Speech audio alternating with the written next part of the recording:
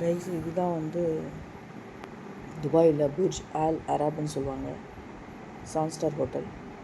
இந்த ஹோட்டல் உள்ள போகிறதுக்கு பர் டேக்கு 1 லேக் வேணும். 1 லேக்லேருந்து 1.5 லேக்ஸ் வேணும்.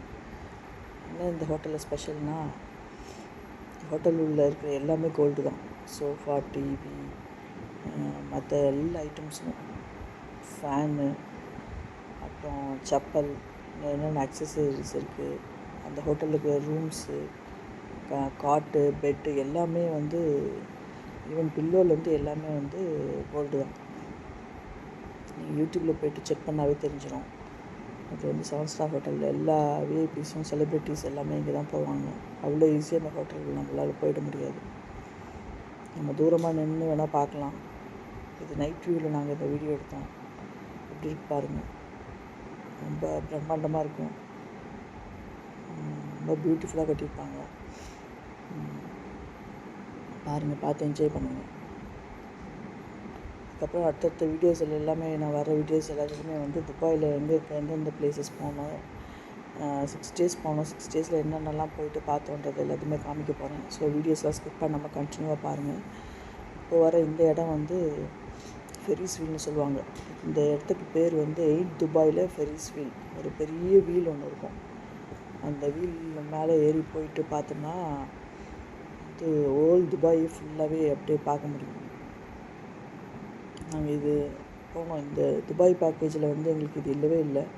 பட் நாங்கள் இது காசு கொடுத்து நாங்கள் தனியாக டிரைவர் வச்சுக்கிட்டு அவர் கூப்பிட்டு தனியாக போனோம். நைட்டு போனால் அவங்க டிக்கெட் கிடைக்கல.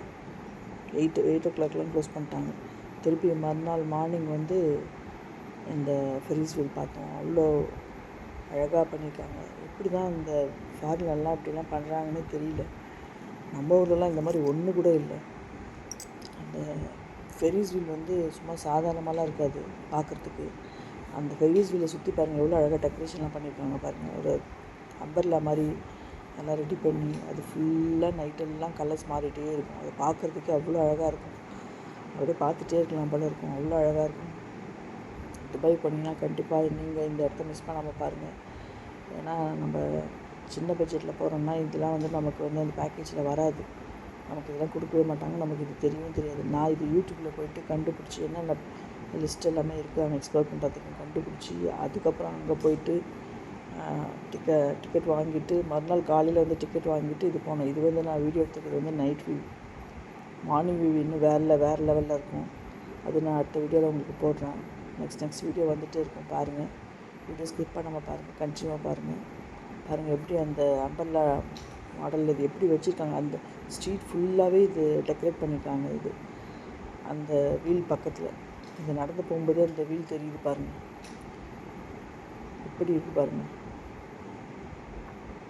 நான் கூட ரொம்ப சின்ன வீலாக இருக்கும் தான் நினச்சேன். ஆனால் ரொம்ப பெரிய வீல். அடுத்த வீடியோவில் பெரிய வீலாக வரும் பாருங்கள்.